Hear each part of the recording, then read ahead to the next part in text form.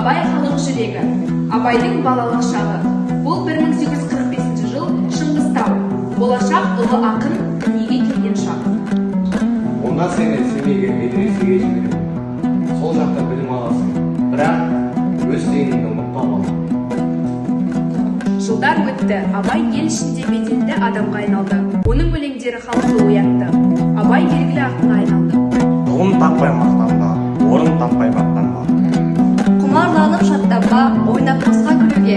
5 нәрсеге асық бол, 5 нәрседе ғашық бол. Адам болам десеңіз, тілеуің өмірің алдында.